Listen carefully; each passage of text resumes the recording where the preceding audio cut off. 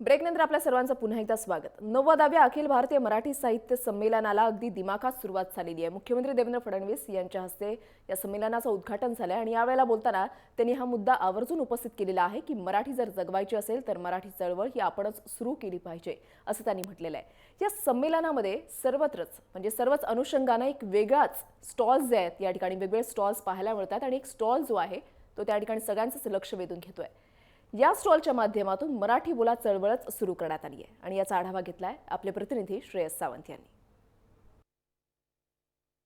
साहित्य संमेलनामध्ये मी कुठे कुठे फिरत होतो, पण इकडे फिरताना इकडे अ गटात मला एक गोष्ट दिसली आणि गोष्ट हीच आहे की मी तुम्हाला दाखवतो। बदल घडत नाही, घडवावा लागतो। मराठी बोला चळवळ या वाक्याचा खूप मोठा अर्थ आहे। आज आपण नेहमी कुठे ना कुठे जाताना आपण मराठी भाषिक असून सुद्धा खूपदा हम हिंदी में बात करते हैं। प्रॉब्लेम नहीं है, पण कुठे ना कुठे जर आपण मराठीत बोललो तर तोही प्रॉब्लेम नाहीच आहे। आपण त्या लोकांशी बोलूया, कारण एक वेगळा स्टॉल, बरं या स्टॉलवर कुठेही पैसे देऊन तुम्हाला हे कार्ड मिळत नाही, बरं तेव्हा त्या म्हणतात तुम्हाला की मराठीत बोला किंवा बोलून बघा किंवा मराठीत बोलण्याची सुरुवात तरी करा।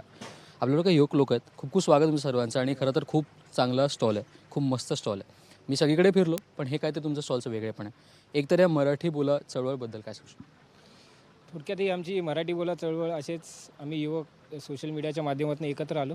नंतर बघत गेलो जिकडे तिकडे मराठीला डावललं जाते।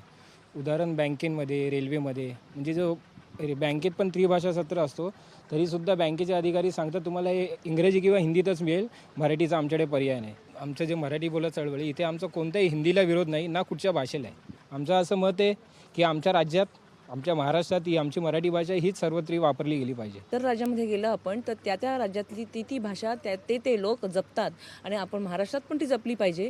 पण कोणी प्रकटपणे बोलू शकत नव्हतं, ते आता त्यांचे भाव इथे व्यक्त व्हायला लागलेत आणि असाच आम्ही यशस्वी संपर्क त्यांच्याशी करावा यासाठी आम्ही सगळे कार्यकर्ते एकमेकांशी असा अभ्यासपूर्ण एकमेकांशी चर्चा करून ठरवले की लोकांना ही कन्सेप्ट पोचलीच पाहिजे। कॅमेरामॅन सुनील सोबत श्रेयस सावंत, जय महाराष्ट्र, डोंबिवली।